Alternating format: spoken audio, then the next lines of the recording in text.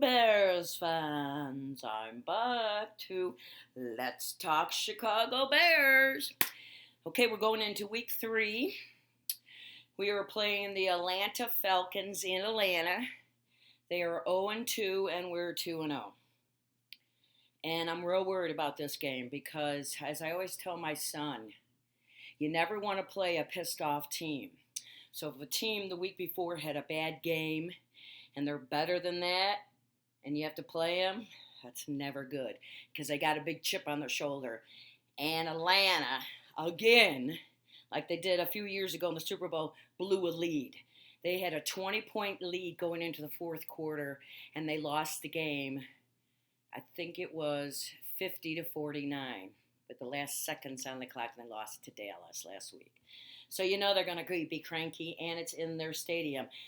Not that that really matters a whole lot because there's no fans, but the only thing it does matter is it's on artificial turf because they play inside. So I don't know what kind of turf they have. It's not artificial, but it's not the really good stuff. So, but kind of interesting things about the Bears. The very first time they ever played indoors was on December 18th, 1932. And they were tied. They were going into the game, and they were both 7-1, the teams. And who did they have to play? I should have wrote that down, and of course I did not. But the reason they had to go inside, they played in the Chicago Stadium, if you can believe it. And the reason they had to go inside because there was a major blizzard and below zero weather, so they went in and played inside. Oh, they played the Port Miss Spartacans. No idea who that is. The Bears won that game. So in 1932, that was the first Bears game indoors, and it was at the Chicago Stadium. So that's kind of interesting, isn't it? We have played the Atlanta Falcons 27 times, and we have won 14, and they have won 13, so it's even there too. Bears have no real injuries to speak of this week. I know Atlanta is pretty banged up. Everybody practiced. Mac was the only one that practiced very sparingly, but they're trying. His knee is bad, but he's playing anyways, as you can see. I don't think he's on top of his game, but they're going to play him, so they're watching his snaps. Now, last week, Quinn only played 20 snaps. So this week, we're hoping he's going to play at least 30 and maybe can take some of the pressure off of Mac, and they can go after Quinn, and then maybe we could, all right, so as far as their defense, the Atlanta defense is ranked 32 in the league. So their defense is not very good, but their offense is good. Their offense is 5th. Our defense is ranked 3rd right now in the league, and our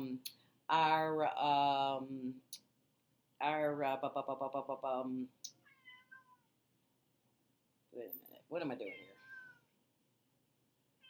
Oh, yeah, our defense is rated 3rd in the league, our defense is, and it's 22nd in offense. So it's kind of, they got a really good offense. We've got a very average offense, but we got a good defense, and they don't. So what we need the Bears to do is to pound the ball, pound, run the ball, eat up the clock, and then give some chances to let Mitchell run around a little bit with some play-action passes. If we can get a running game going like we have the last 2 weeks, that'll open up the pass every damn time. I don't care who you're playing. But Nagy's got to stay on it. I'm impressed so far he has, because last year, I don't even know if he knew how to spell run. Okay? And then just in case you don't, it's R-U-N. Just saying, Nagy. But yes, and the Bears have given up. They've only allowed 36 points against us. And we've only scored 44, but they've only allowed 36. So that's good, right? So, I mean, we've got, again, Okay, so my biggest concern is Atlanta is going to be pissed because they should have won, and they're back in your homes or sleeping in their beds. So that's really what the home advantage is nowadays. It's not the fans. So if the Bears can keep their heads on and play the game they can play, I think they could win this game. I really do. But they cannot make mistakes. And number one, Mitchell cannot turn the ball over like he did last week. But we all know one was his fault, one was not. Come on now. Anybody back in Illinois that watched that game knows that second one was not his fault. It was the receiver, that pussy Miller, who should have hung on to the ball.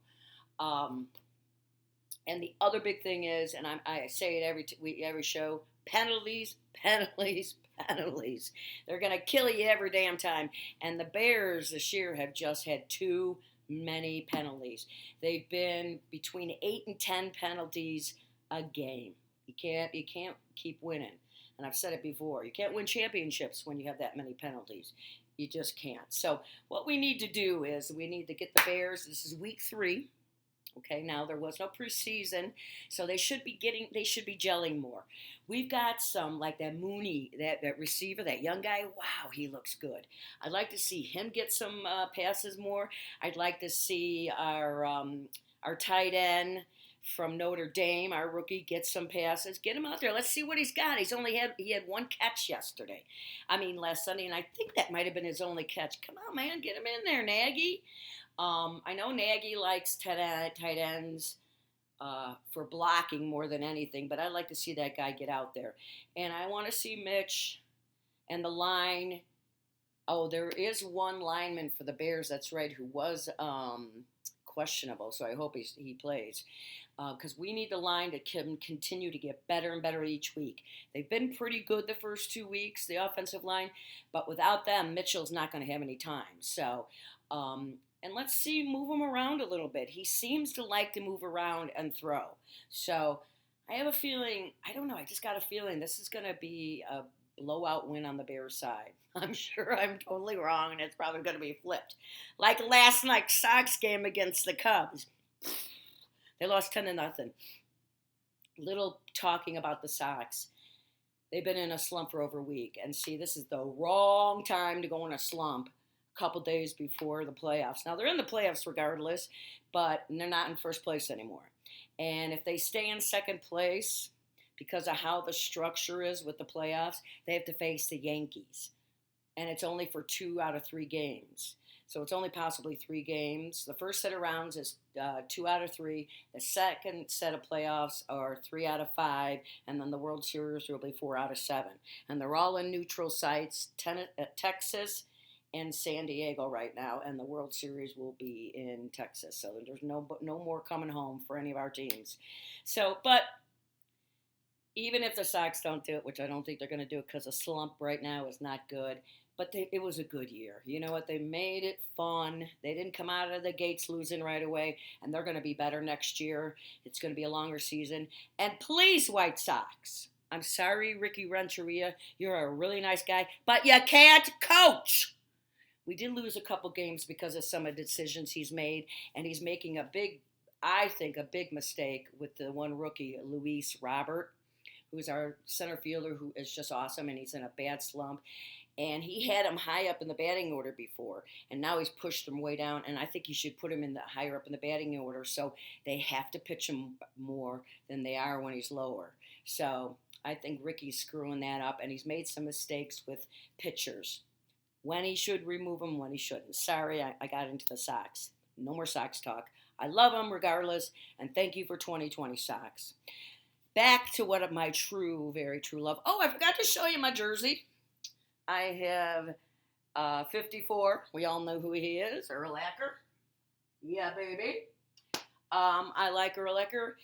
Was he one of my favorites when he was on the team? Not so much, but I liked him. Very talented, very good. There was just something I just didn't really connect with him. I got to say it as a gift, but I love all my Bears jerseys. And so tomorrow, game's at noon is Central Time. 10 a.m. here in Las Vegas time. And I just want to say, let's all root really hard and loud so they can hear us in Atlanta. And again, if the Bears play their game and Nagy can manage the clock, which he still is really bad at. I don't know why he can't, but he can't. He's terrible at managing the clock. But if you could do that and keep the turnovers to 0 on the Bears side, be nice to have turnovers. Atlanta making them to us. Yeah, I'd like to see Eddie Jackson get to make up for that last bad one last week where he caught it and ran back for the touchdown. They said it was pass interference. Bullshit. That was pass interference like I got a small butt. Now, if you know me, I ain't got no small butt, so that was not pass interference. And that's all I'm saying. A boom on that. So, if they do all the right things, they play their game, they play within themselves, and they keep together, we're going to win tomorrow. Okay? So let's all think positively. Go Bears 3-0 after this week. And I will talk to you on Monday. We'll talk about the game. So let's keep on rocking and rolling, baby. Rocking and rolling. Go Bears.